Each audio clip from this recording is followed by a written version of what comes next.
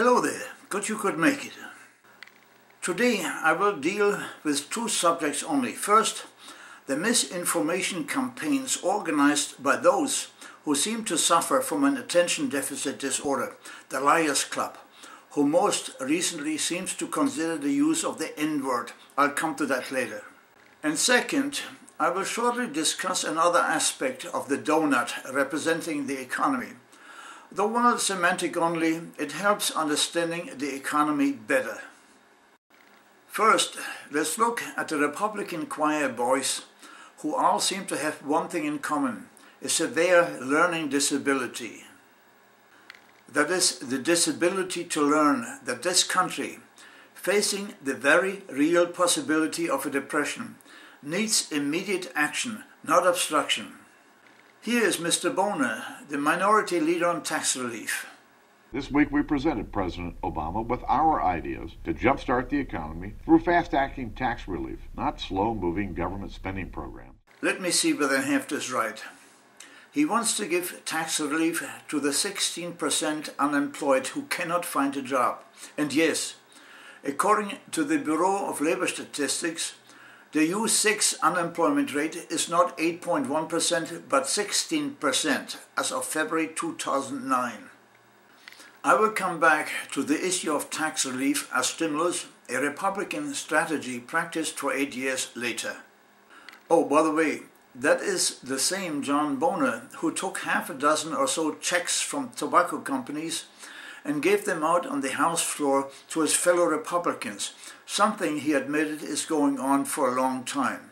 Mine asked me to give out a half a dozen checks quickly before we got to the end of the month, and I complied. And I did it on the House floor, which I regret, should not have done. It's not a violation of the House rules, but it's a practice that's gone on here for a long time. Now let's listen to John McCain. So much for the promise of change, Mr. President, so much for the promise of change. This may be, in all the years I've been coming to this floor to complain about the earmarked pork barrel corruption that this system has bred, this may be probably the worst. Let's see now. Obama's promise, to be more precise, was to cut earmarks back to the level of 1994. As Keith Olbermann of MSNBC correctly points out, in 1994 the total of earmarks was 7.8 billion. The current budget's earmarks are 7.7 billion. Mission accomplished. Okay, does somebody have a lipstick for Mr. McCain so he can put it on that pork? As to Mitch McConnell, he used to brag about the earmarks he managed to get for his state, even run his campaign on it. Let's see what he has to say. A significant percentage of the package be tax relief. The best way to stimulate the economy, obviously, is to put money directly in the pockets of taxpayers. I have made my position clear on previous occasions. It is a well-established fact that corporations, employees, and the government participate in the economy. If one ails, all others suffer. If the government lays off employees, the economy suffers a loss of purchase power. If corporations lay off, the same happens. I have already previously shown in my donut graphs what the majority of economists see as the only remedy for the ailing economy: increasing the domestic monetary flow one way or another. Again, from the point of view of the economist, it is irrelevant who contributes to the monetary flow. Whether these are consumers, corporations, or the government does not matter.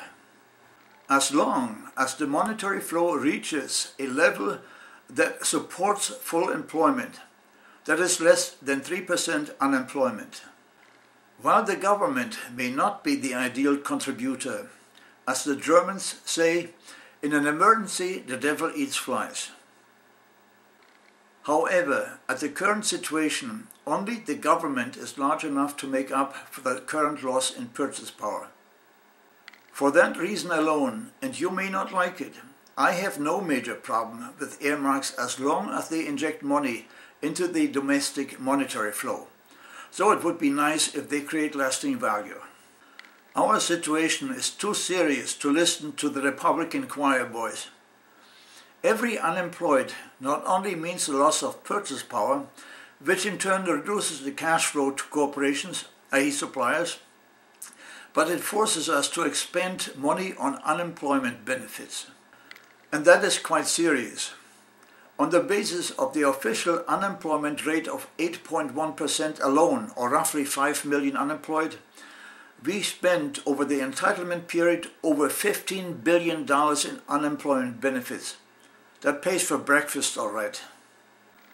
But the official unemployment rate is a massaged number, and the real rate is much larger, about twice as much. You see, the published unemployment rate of 8.1%, also known as U3, is a whitewash, and includes only those who are receiving benefits via the unemployment insurance, not the real rate, also known as U6, which includes those who are seeking but cannot find a job. Count me in. Which brings me to another subject. The Republicans, being in total disarray, begin to use the N-word ever more often. N as in Newt Gingrich. You see, Newty Boy is another one of those who claim that the FDR approach didn't work. I have news for Newt. Read my math. Here are the numbers on Herbie Hoover.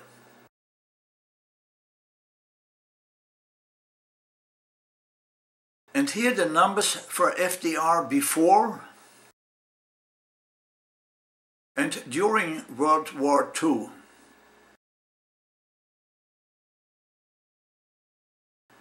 And here I have some massaged U3 numbers that include 2008, the time large corporations received all the tax benefits.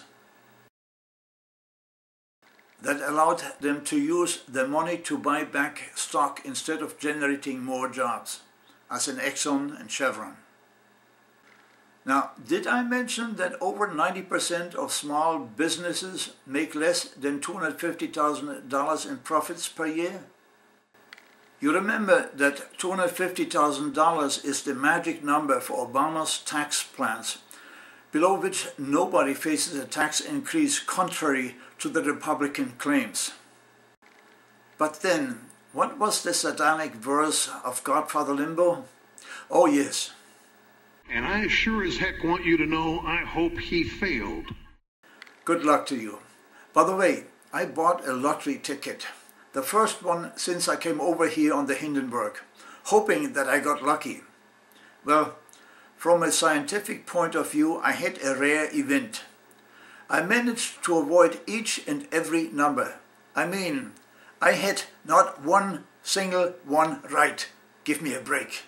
Anybody interested in forming a lottery pool? Well, have a beautiful Sunday.